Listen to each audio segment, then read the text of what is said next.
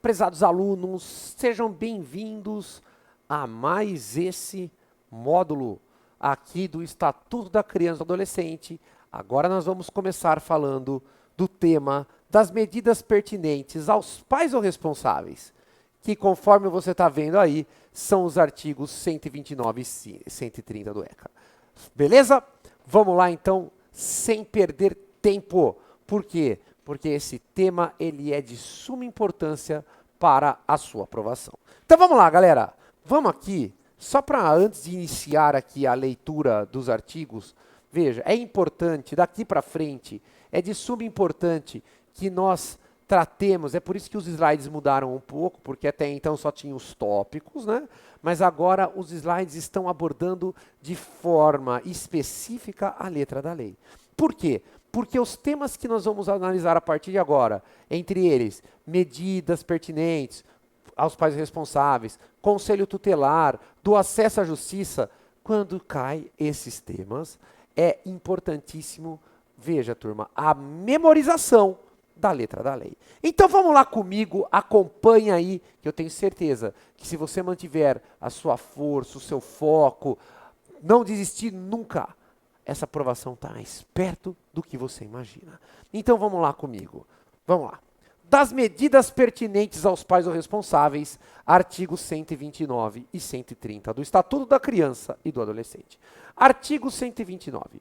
São medidas aplicáveis aos pais ou responsável. Inciso 1. Encaminhamento a programa oficial ou comunitário de proteção à família. Inciso 2. Inclusão em programa oficial ou comunitário de auxílio, orientação e tratamento a alcoólatras e toxicomanos. Inciso 3. Encaminhamento a tratamento psicológico ou psiquiátrico. Veja, senhores, antes de nós passarmos para os próximos incisos, vamos só tomar um cuidado aqui, vamos prestar atenção. Veja, o ECA, ele tem como destinatário, claro, a gente já viu isso, a proteção integral da criança e do adolescente. Mas quando eu estava explicando para você lá, o começo lá do direito à convivência familiar e comunitária, eu já te falei que uma forma de você garantir o direito à convivência familiar e comunitária, que para você não lembra, é aquele direito que a criança e o adolescente tem de forma prioritária, ser educado no seio da sua família natural. O ECA prevê algumas medidas destinadas ao quê? A seus pais. Então veja só, olha que interessante. Os pais podem ser encaminhados a programa oficial ou comunitário de proteção à família? Pode, turma. Não só pode, né, turma, mas que se for para permitir a permanência na família natural, a recuperação da família natural, é o que, turma? É até um dever do próprio Estado. Inclusão em programa oficial ou comunitário de auxílio, orientação e tratamento a alcoólatras e toxicomanos, eu vou até grifar esse inciso 2, porque ele é de suma importância para o seu concurso. Veja, também é possível. Inciso 3, encaminhamento a tratamento psicológico ou psiquiátrico. Também, ó, se esse é o problema dos pais ou responsáveis que vem inviabilizando a convivência com a criança e adolescente, também, ó, encaminhamento a cursos ou programas de orientação, inciso 4, também, turma. Inciso 5, obrigação de matricular o filho ou pupilo, acompanhar sua frequência e aproveitamento escolar. Então esse aqui, ó, cuidado. Atenção, senhores alunos. Vou até trocar, ó, vou pôr de caneta vermelha, ó. Vou grifar aqui o inciso 5, porque a questão sempre é cobrada em concurso. Os pais têm a obrigação de matricular e acompanhar a matrícula, os pais responsáveis? Sim, turma. Obrigação de encaminhar a criança ou adolescente a tratamento especializado. Esse é o inciso 6. Inciso 7, advertência. Inciso 8, olha lá, ó. Perda da guarda. Inciso 9, destituição da tutela. Tudo isso pode acontecer. Como aqui também, ó. Suspensão ou destituição do poder familiar. Professor, aí na sua lousa está escrito pátrio poder. Eu deixei de propósito. Por quê, turma? A expressão pátrio poder, eu vou até apagar ela aqui, ó, na sua frente.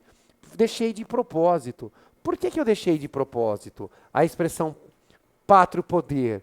quando eu transcrevi a lei, turma, para que você conheça a história. Até o ano de 2009, eu já comentei isso em aula anterior. Veja, turma, o que os pais tinham sobre os filhos era pátrio poder. Mas essa expressão era errônea, porque dava a impressão que era apenas o pai que tinha. E aí, por força, turma, de mudança legislativa, em 2009, as expressões pátrio poder foram substituídas exatamente por poder familiar. Perfeito, turma? E o parágrafo único do artigo fala que, na aplicação das medidas previstas no inciso 9 e 10, qual seja a destituição da tutela e a suspensão ou destituição do poder familiar, serão observados o disposto nos artigos 23 e 24 do ECA, que falam, turma, se você não lembra, exatamente que a falta ou a carência de recursos materiais não constitui, motivo suficiente para a perda ou suspensão do poder familiar. E aí o artigo 23, parágrafo 1º ainda fala que não existindo outro motivo que por si só autorize a decretação da medida, a criança ou adolescente será mantida em sua família de origem, a qual deverá obrigatoriamente ser incluídas em programas oficiais de auxílio. E o parágrafo 2º que fala que a condenação criminal do pai ou da mãe não implicará a destituição do poder familiar, exceto na hipótese de condenação por crime doloso, sujeito à pena de reclusão contra o próprio filho, que nós já estudamos em momento anterior da aula. E o artigo 24 nos fala que a perda ou suspensão do poder familiar serão sempre decretadas judicialmente, em procedimento contraditório, nos casos previstos na legislação civil, né, turma? Bem como no descumprimento de seus deveres e obrigações inerentes ao poder familiar. Perfeito, turma? Aí nós temos o artigo 130. Nós temos o artigo 130 que nos diz que, verificada a hipótese de maus tratos, opressão ou abuso sexual impostos pelos pais ou responsável, a autoridade judiciária poderá determinar como medida cautelar o afastamento do agressor da moradia comum. E o parágrafo único fala que da medida cautelar constará ainda a fixação provisória dos alimentos de que necessitem a criança ou adolescente dependentes do agressor. Aqui então, turma, eu preciso tomar um cuidado com você especial no artigo 130. Por quê? Acompanha comigo de novo a análise do artigo 130.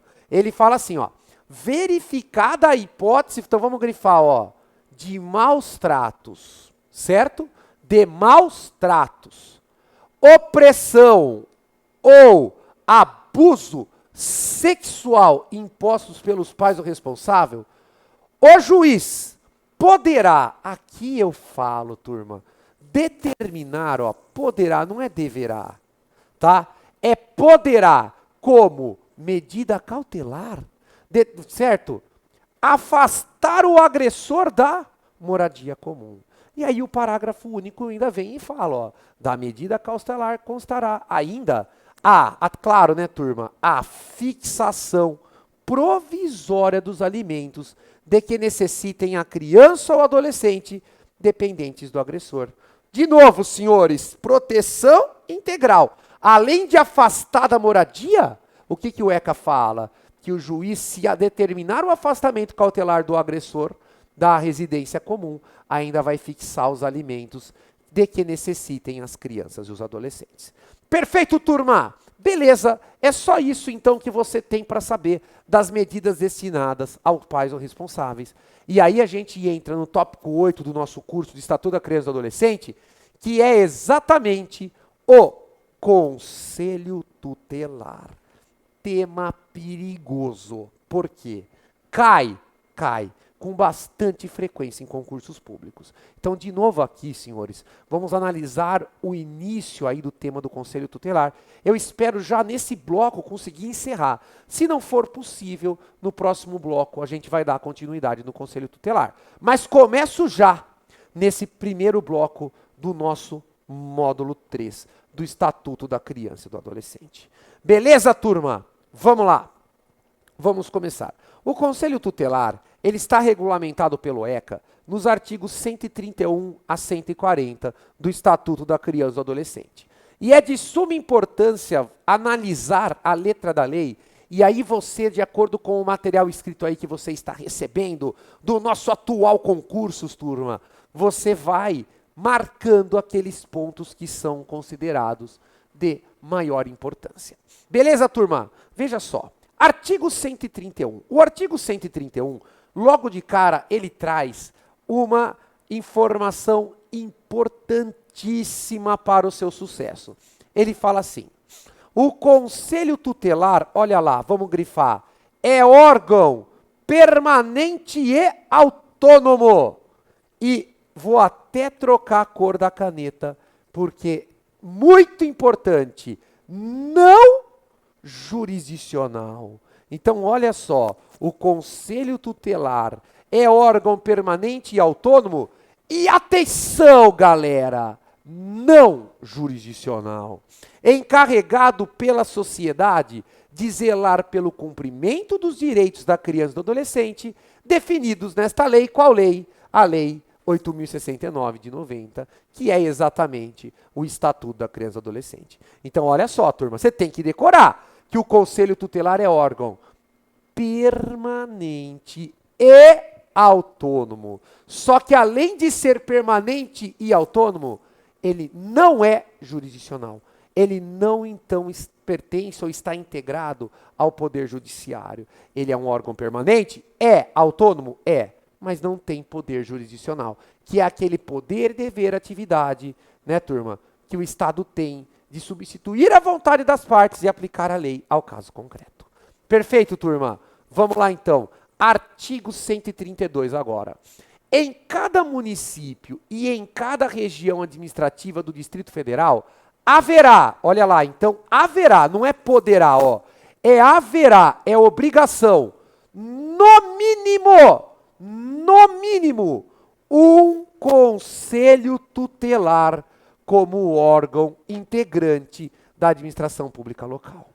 Composto de, atenção, 5 membros escolhidos pela, atenção, população local, para mandato de 4 anos, permitida uma recondução mediante novo processo de escolha.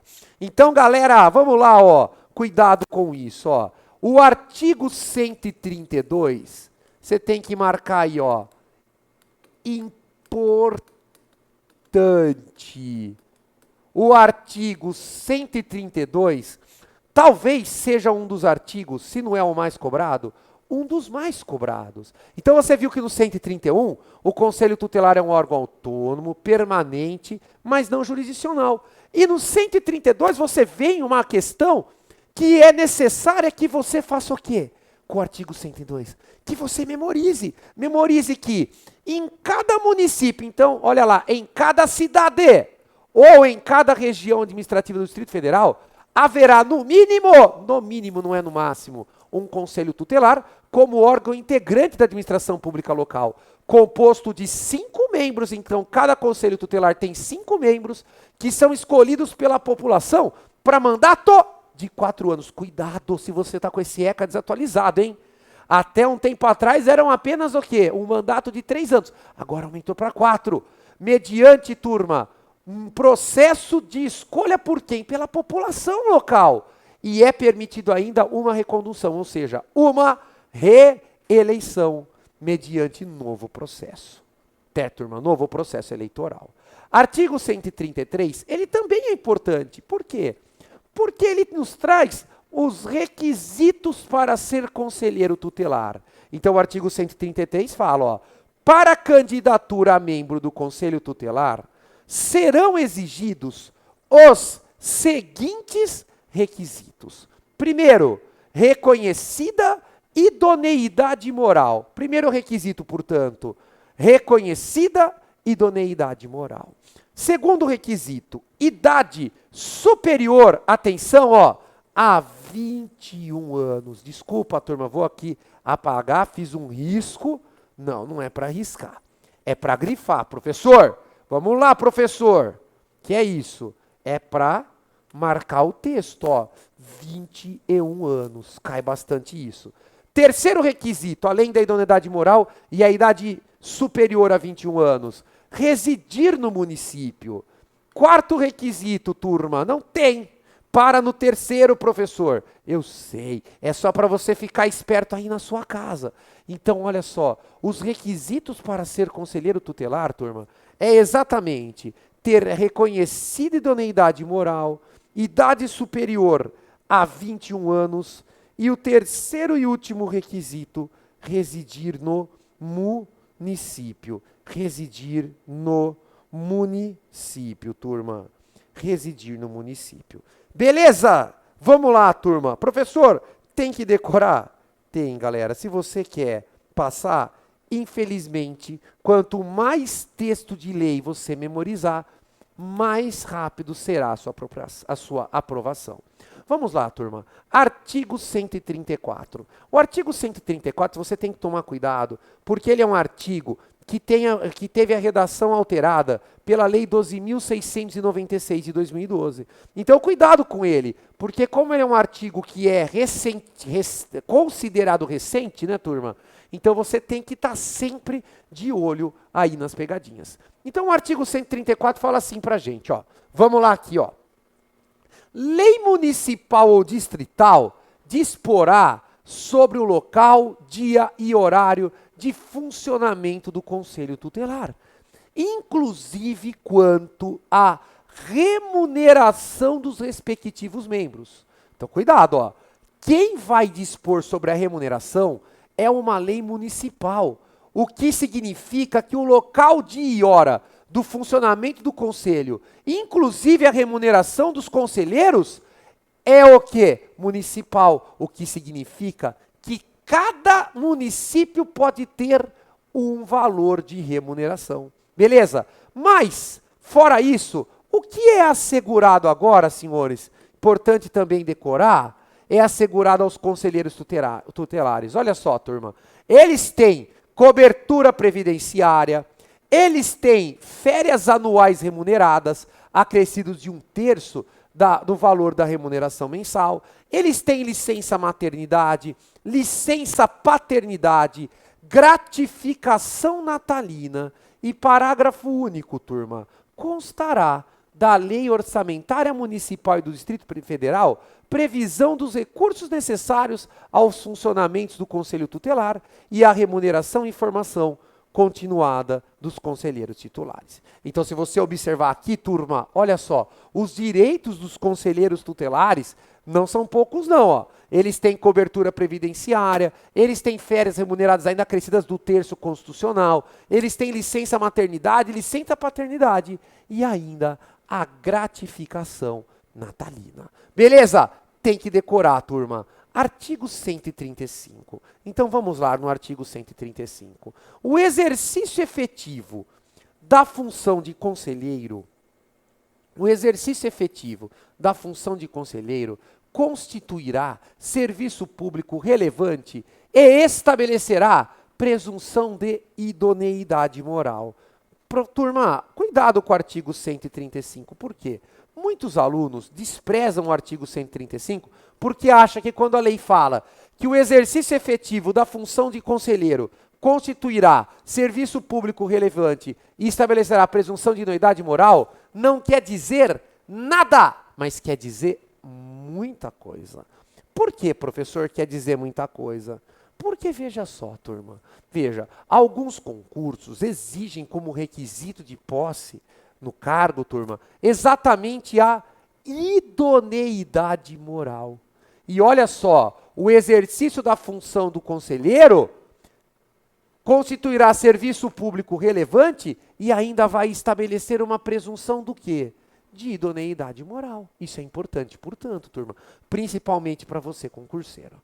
Artigo 136. São atribuições do Conselho Tutelar. Vamos lá, senhores. O Conselho Tutelar, então, tem como atribuição atender crianças e adolescentes nas hipóteses previstas nos artigos 98 e 105, aplicando as medidas previstas no artigo 101, inciso 1 a 7. Professor, não entendi nada, então vamos lá. O Conselho vai ter atribuição toda vez que a criança e adolescente, senhores, estiver naquela situação de carência de assistência material, moral ou jurídica, e o Conselho ainda poderá aplicar as medidas de proteção previstas, olha só, lá no artigo 101, inciso 1 a 7. Mas aqui eu lembro você de uma pegadinha. As medidas de proteção lá do artigo 101, que o Conselho Tutelar pode aplicar, portanto, veja, estão restritas ao inciso 1 a 7, o que significa que o Conselho Tutelar não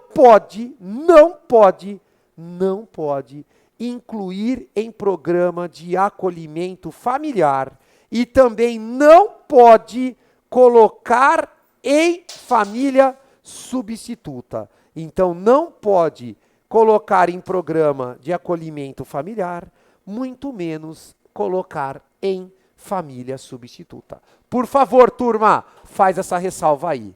Inciso 2. Atender e aconselhar os pais ou responsável, aplicando as medidas previstas, olha lá, no artigo 129, inciso 1 a 7, que nós acabamos de estudar. Professor, existe então alguma